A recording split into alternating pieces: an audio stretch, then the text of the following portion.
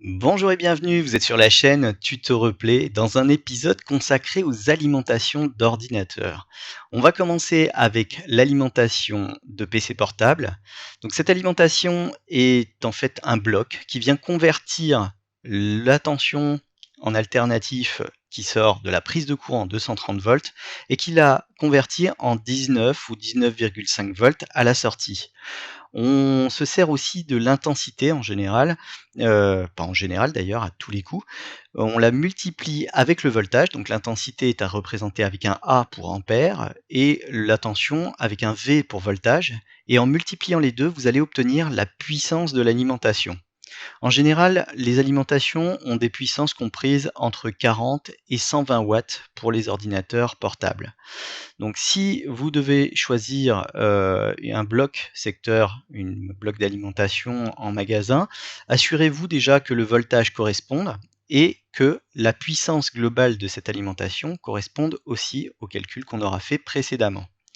Autre détail, surtout, si vous devez sélectionner une alimentation, faites attention à l'embout. L'embout peut varier même dans une même marque. Donc, apportez votre alimentation au magasin ou, si vous ne l'avez plus, votre PC pour essayer les embouts. C'est important. Sinon, vous risquez de vous retrouver avec une alimentation qui sera totalement incompatible parce qu'on ne pourra pas la brancher. Voilà qui est dit pour les alimentations portables, c'est vraiment le passage le plus court. On va maintenant parler des alimentations de PC fixe. Alors, les alimentations de PC fixe, la première chose à sélectionner absolument, c'est la puissance de votre alimentation. Alors, la puissance d'une alimentation, il faut la sélectionner par rapport aux composants que vous allez mettre dans l'ordinateur. Si vous avez un PC avec des composants plutôt bureautiques, vous serez plutôt sur des puissances de l'ordre de 300-350 watts. Si vous avez plutôt un PC gamer avec une carte vidéo assez costaud, vous allez plutôt monter à 500-550 watts. Et puis pour une configuration plutôt extrême, on va dire extrême gaming avec plusieurs cartes vidéo, là ça va être très variable puisque ça dépendra du nombre de cartes vidéo, mais on peut faire du 800 voire jusqu'à 1200 watts si on a par exemple 4 cartes Titan, là vous allez surconsommer à mort, donc là les 1200 watts, ils vont vite arriver. Donc voilà comment on choisit une alimentation et c'est à vous donc de vous renseigner pour chaque élément, quelle est sa consommation en pic, en tension maximum, donc pour avoir une idée de ce qui va être choisi. Surtout, prévoyez quand même une marge de manœuvre. N'allez pas choisir une alimentation de 200 watts pour un PC qui consomme 200 watts. Ce serait une grave erreur dans le sens où l'alimentation serait tout le temps à son maximum et du coup elle vieillirait en accéléré et en plus elle produirait beaucoup de chaleur, ce qui est l'ennemi de l'alimentation, ça la ferait vieillir en accéléré. Autre paramètre qu'il faut prendre en compte, c'est la marque de l'alimentation. Prendre une marque, c'est un repère de qualité. Si vous prenez une alimentation no name ou une petite marque, je ne citerai pas de marque pour éviter les tout problèmes, mais ça existe, hein. Vous avez le magazine Canard PC qui avait fait à une époque un très bon résumé sur les alimentations et qui s'était pris un procès dans les dents pour avoir dénoncé certains problèmes. Eh bien, donc faites attention à certaines marques. Il y a des très mauvaises marques d'alimentation et elles ne sont souvent pas protégées du tout. C'est-à-dire que vous pouvez pousser l'alimentation dans ses retranchements les plus absolus et elle ira jusqu'à brûler si vous n'y faites pas si vous n'y faites pas attention parce que tout simplement elle sera en surchauffe totale. D'autres alimentations vont avoir aussi des problèmes de régulation de tension, des tensions qui varient beaucoup et donc ça il faut faire aussi attention parce que, c'est très mauvais pour les composants informatiques. Ça peut créer non seulement des bugs, mais ça peut aussi altérer tous les composants. Donc faites attention, choisissez une alimentation de marque. Dernière chose, enfin avant-dernière chose je devrais dire, faites attention à sélectionner une alimentation avec un rendement intéressant. Par exemple, pour les pires alimentations, vous allez peut-être trouver des alimentations avec des rendements autour de 60 à 70. C'est plutôt mauvais parce qu'une alimentation qui est à 70 par exemple ou 60, on va prendre 60, si vous prenez une alimentation de 100 watts, même si ça n'existe pas pour les PC fixes, 100 watts avec un rendement de 60 ça veut dire qu'il y a que 60% de 60 watts qui vont être transmis à l'ordinateur et 40 watts qui vont partir en fumée, c'est-à-dire en gros ils vont partir en chaleur, ils vont être dissipés dans l'alimentation. Donc un mauvais rendement va dissiper beaucoup de chaleur, et la chaleur, comme je vous l'ai dit tout à l'heure, c'est l'ennemi de l'alimentation. Donc choisissez votre alimentation par rapport à un repère simple. Aujourd'hui, il existe la norme 80+, qui indique déjà un minimum de rendement de 80%. C'est un minimum, je conseille d'avoir ce genre d'alimentation. Si après vous voulez mieux, il y a d'autres stades. Vous pouvez le voir dans le petit tableau que je vous affiche. On a du 80 plus bronze avec 82 à 85% de rendement. On a du 80 plus argent avec 85 à 88% de rendement. Le 80 plus or avec 87 à 90%. Et enfin le 80 plus platine avec 89 à 92%. Donc surtout, choisissez cette alimentation par rapport aussi à vos besoins et à vos moyens. Si vous prenez donc du 80 plus platine, attendez-vous évidemment à des prix beaucoup plus élevés que si vous prenez un 80 plus classique ou un 80 plus bronze. Le bon rapport qualité-prix se situe souvent sur le 80 plus bronze, qui est facile à atteindre, et c'est pas du luxe d'avoir un 80 plus bronze, c'est juste ce qui devrait être la norme aujourd'hui. 80 plus, ça passe aussi, hein, bien sûr, mais descendez pas en dessous, parce qu'en dessous les rendements peuvent être catastrophiques et donc très mauvais. Alors, j'ai pris évidemment des exemples un peu extrêmes, hein, pour ce qui est des rendements de 60%, normalement, même sur des très mauvaises alim d'aujourd'hui, on devrait plus le rencontrer. Mais je préfère prévenir, que de vous voir, hurler à mort parce que vous avez eu des rendements catastrophiques.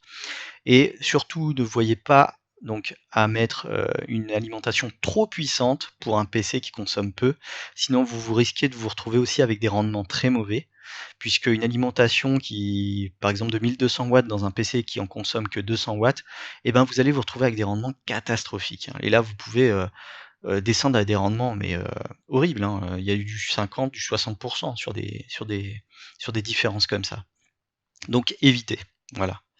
On va maintenant passer, avant de passer à la partie animation 3D, je voulais vous montrer les connecteurs. Je voulais aussi vous préciser qu'il existe des alimentations avec des connexions détachables. On appelle ça des alimentations modulaires. Donc vous pouvez déconnecter par exemple un câble qui ne vous servirait pas, ce qui évite d'encombrer l'intérieur de votre tour. C'est intéressant par exemple sur les prises Molex qui aujourd'hui sont des prises qui ne servent quasiment plus. Souvent on déconnecte la prise, hop, ça fait un petit peu d'espace libre à l'intérieur de la tour.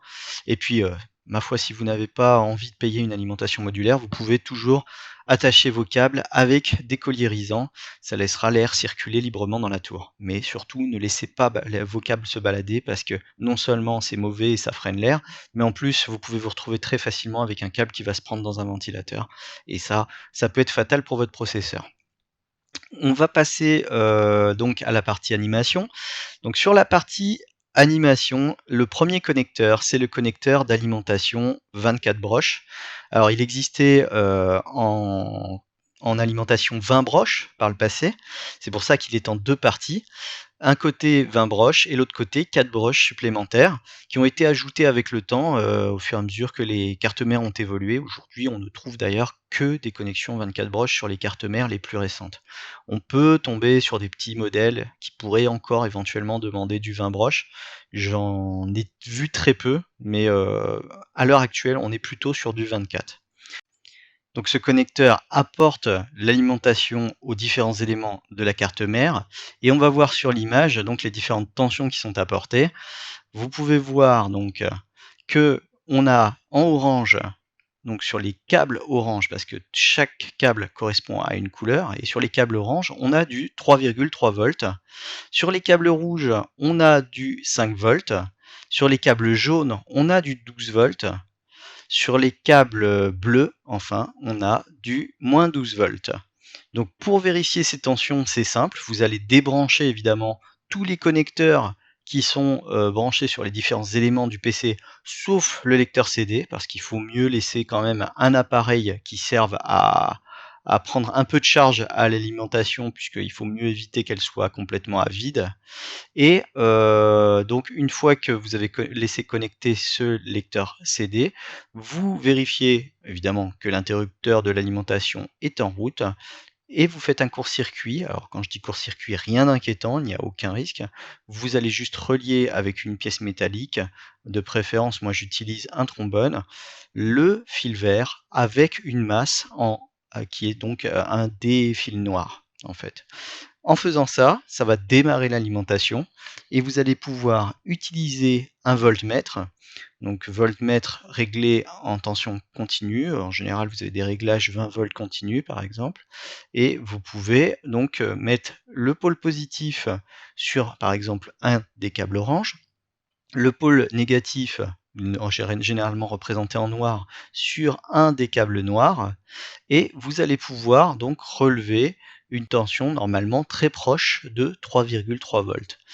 Parfois 3,3 volts, parfois légèrement moins ou légèrement plus, mais ça doit être vraiment très proche. Si vous êtes écarté de cette tension de beaucoup, de par exemple 1 volt, là il y a un vrai problème. Si vous avez des variations de tension, il y a aussi un gros problème parce qu'il ne faut pas que ça varie de beaucoup. Ça peut varier un petit peu, mais vraiment de très très peu. Donc vous pouvez faire le même test sur le câble rouge, vous devez trouver donc du 5 volts, sur le câble jaune du 12 volts, et la même chose avec le bleu avec le moins 12 volts. Voilà, donc c'est une vérification que vous pouvez faire chez vous sur une alimentation donc, de PC pour être sûr que tout va bien au niveau de la lime. Si vous avez des doutes sur la carte mère, des fois on pense que c'est la carte mère, puis finalement c'est l'alimentation qui ne fonctionne plus correctement. Alors, donc, on va pouvoir passer maintenant au connecteur suivant. Le connecteur suivant, c'est le connecteur 8 pins qui sert à alimenter, donc encore, ça arrive sur la carte mère, mais cette fois, ça sert à alimenter directement le processeur de l'ordinateur avec du 12 volts. Donc ça, c'est un connecteur pareil qui a été ajouté avec le temps et qui sert donc à donner la patate au processeur, parce qu'aujourd'hui le connecteur 24 volts ne le permet plus, il fournit plus assez. On va passer encore au connecteur suivant, celui-là est assez connu, même s'il commence à tomber en désuétude, c'est le port Molex. Alors les ports Molex, en général sur les PC plus anciens, on les trouvait assez nombreux, ils servaient à alimenter les disques durs, les lecteurs de DVD, parfois même des ventilations ou par exemple un Rhéobus. Donc voilà à quoi servait le port Molex. Par contre, son gros inconvénient, c'est qu'il était très dur à enficher, il tenait mal, il était pas fiable, il s'abîmait vite. Donc vraiment, c'est un port qu'il fallait qu'on quitte un jour ou l'autre, et aujourd'hui, c'est chose faite puisqu'on va passer au câble suivant. Et ce câble suivant, c'est le port SATA. Alors le port SATA, c'est le nouveau câble qui vient le remplacer. Donc pareil, on le trouve donc sur les disques durs, les lecteurs DVD, etc., etc. Donc vous voyez, c'est beaucoup mieux parce il est plus fin, il se branche bien, il ne s'abîme pas comme le précédent. Donc vraiment un très bon port, un très bon changement qui a été apporté sur ce port SATA. On va passer au dernier connecteur que je voulais vous présenter. Donc ce dernier connecteur, c'est l'arrivée d'alimentation pour les cartes vidéo. Un connecteur qui est de 6 ou 8 pins. Donc sur les cartes vidéo, parfois sur les entrées de gamme, vous n'avez pas besoin d'alimentation. Mais dès que vous arrivez sur du milieu, voire du haut de gamme, vous allez avoir au moins besoin d'un 6 pins, voire même d'un 8 pins, voire même d'un 8 pins plus un 6 pins. Donc ça peut être, vous pouvez être amené à avoir quand même 2 connexions sur une même carte vidéo. Donc assurez-vous avant d'acheter votre alimentation que les connecteurs 6 pins, 6 ou 8 pins soient présents sur votre alimentation. Sinon, vous allez vers la mauvaise surprise et vous ne pourrez pas alimenter votre carte vidéo, et ce sera une grosse déception. Voilà qui est fait. Je vous ai présenté tous les éléments donc de l'alimentation. J'espère ne vous rien avoir oublié. Si j'oublie des choses, vous pouvez toujours évidemment me poser des questions. Si je me trompe, je ne pense pas, mais si j'ai fait des erreurs, ça peut arriver. Vous pouvez aussi me les signaler. J'ajouterai des petites annotations pour corriger l'erreur. et je vous remercie d'avoir tout simplement suivi cette vidéo. Vous êtes de plus en plus nombreux, j'espère que vous mettrez aussi des petits pouces bleus et que vous vous abonnerez à la chaîne et je vous remercie et je vous dis à très bientôt. Au revoir.